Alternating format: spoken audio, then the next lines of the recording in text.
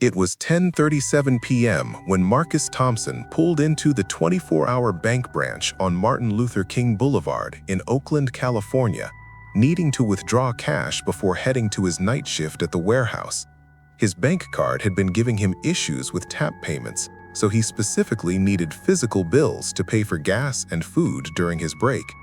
The bank's drive-through ATM was out of service, according to a handwritten sign taped to the machine, so Marcus parked in the small lot adjacent to the building and walked to the walk-up ATM located in a small alcove near the entrance, illuminated by a single overhead light that flickered intermittently, casting unreliable shadows. He inserted his card, entered his PIN, and was selecting the withdrawal amount when he noticed a car pull into the parking lot behind him, a dark sedan, maybe a Nissan or Honda, stopping at an odd angle that blocked the most direct exit route. Marcus felt the first tickle of warning, but told himself he was being paranoid. This was a busy street. There were cars passing by regularly, and he was just getting cash like thousands of people did every day. He selected $200 and waited for the machine to process, watching the screen count down, when he heard a car door open behind him. He glanced over his shoulder and saw two men getting out of the sedan, both wearing hoodies despite the mild California evening, both walking toward him with a purpose that immediately triggered every survival instinct he had. Marcus didn't wait for the cash to dispense. He hit the cancel button, grabbed his card as soon as the machine returned it, and started walking quickly back toward his car, keys already in his hand. "Hey man, you got the time?" one of the men called out, a standard approach that Marcus recognized instantly as a pretext, a way to close distance and assess whether he'd be an easy target. Marcus didn't answer, didn't slow down, didn't engage. He'd grown up in Oakland, knew exactly what this setup looked like, and he wasn't about to play along. "Yo, I'm talking to you," the voice came again, more aggressive now, and Marcus heard footsteps quickening behind him, heard the second man say something low and urgent to his partner. Marcus broke into a run, hitting the unlock button on his key fob repeatedly as he sprinted toward his Ford Focus, and he could hear them running behind him now, no longer pretending to be friendly, their shoes slapping against the pavement. He reached his car with maybe 2 seconds to spare, yanked the door open, threw himself inside, and slammed the locks just as one of the men reached the driver's side window, his fist pounding against the glass. "Get out the car!" the man shouted, and Marcus caught a glimpse of something metallic in his hand. A gun, small caliber, pointed directly at Marcus's face through the window. Time seemed to slow down. Marcus's hands were shaking so badly he could barely get the key in the ignition, but muscle memory took over and the engine roared to life. The man with the gun stepped back slightly, probably not expecting Marcus to drive away with a weapon pointed at him, and Marcus didn't hesitate. He threw the car into reverse, not caring that the dark sedan was still blocking part of the exit, and he backed up fast, his rear bumper clipping the front quarter panel of their car with a metallic crunch that sent a shock through his vehicle.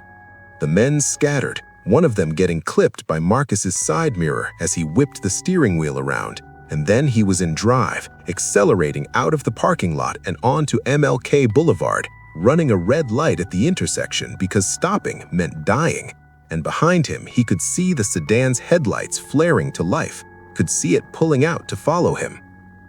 Marcus grabbed his phone from the cup holder and called 911 with one hand while steering with the other, his voice high and tight with adrenaline as he told the dispatcher what happened, where he was, that he was being followed by armed men who'd tried to rob him at an ATM. The dispatcher, professional and calming, told him to drive toward the nearest police station, gave him directions, told him officers were being dispatched to intercept, but Marcus already knew where the station was, 6 blocks east on Grand Avenue, and he was driving there as fast as he could while still being safe, weaving through light traffic, watching his rearview mirror obsessively. The sedan was still behind him, keeping pace but not getting closer, and Marcus realized they were probably deciding whether to continue the pursuit or cut their losses, and every second that passed, every block he drove closer to the police station, increased the likelihood they'd give up. At the third intersection, they did. The sedan suddenly turned right down a side street and disappeared, and Marcus kept driving until he pulled into the Oakland Police Department parking lot, where 2 patrol cars were already waiting with lights on, officers stepping out to meet him. He sat in his car for a full minute after parking, his hands still gripping the steering wheel, his entire body trembling with delayed shock, before finally opening the door and telling the officers everything that happened: the ATM, the 2 men, the gun, the chase, the collision. They took photos of the damage to his car, documented scrapes of paint from the other vehicle that would help identify it if they found it, and they told Marcus something that made his blood run cold.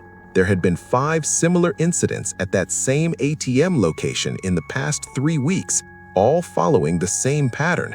Victims would arrive to withdraw cash, suspects would pull up in a vehicle blocking the exit, and they'd rob the victim at gunpoint before fleeing.